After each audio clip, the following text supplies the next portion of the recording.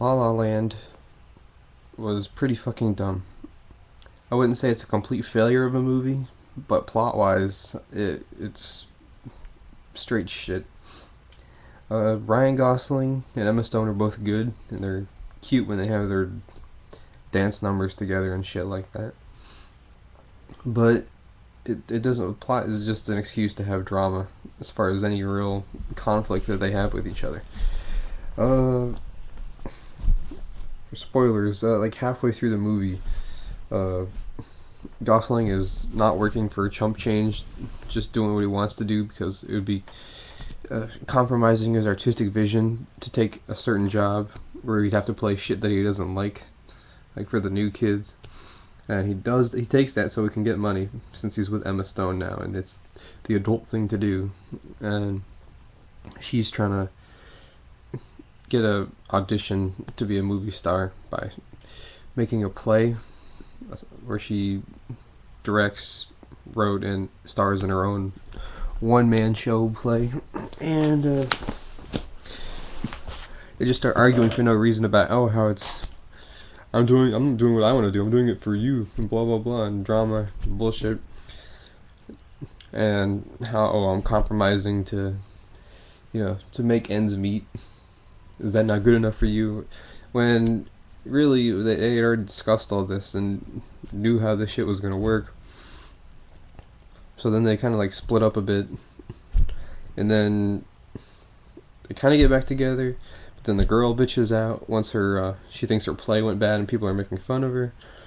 But then she gets the audition because someone who is a famous casting director or someone was at that showing. So Gosling helps her get out of her funk and go do the audition, and she wins. And then you'd think they'd get back together or something, but no. They're just like, oh, we're gonna be too busy.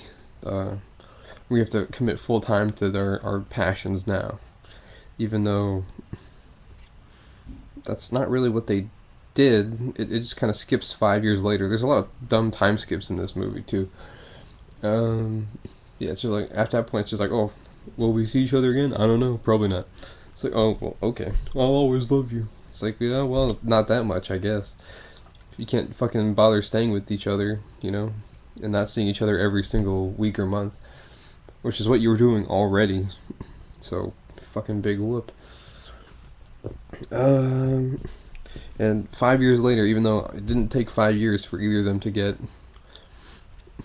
at the end, the girl is a famous actress, and then Ryan Gosling owns the special jazz bar he was trying to own. And it didn't take him 5 years to do it. It was just 5 years later. And Emma Stone's already married. Some other guy has kids. Gosling owns the bar, and they could have just stayed together and done that. But as if to prove me right, Emma Stone happens to be going by the bar with her husband in a car, and they stop into Gosling's bar while he's there, and he's playing the music, and she's getting all nostalgic and romantic, and she sees the vision of what could have been if she had just not been a bitch, or if they both had not been bitches and just stayed together. And they would have had the perfect romantic life, and they would have had kids, and she could have seen it all. It was a dream come true, and then she realizes she's married to this guy, and it didn't happen. So, tough shit for them. Dumb fucking bitch Emma Stone's character sucked balls. The ending was shit. Damien Chazelle should kill himself. At least in Whiplash, the ending pretty much redeemed the movie, which was a little bit of a slog to get through, because that character had the fucking balls to stick to his convictions. God damn, man. This movie should not win Best Picture. This movie's just sucked this year in general.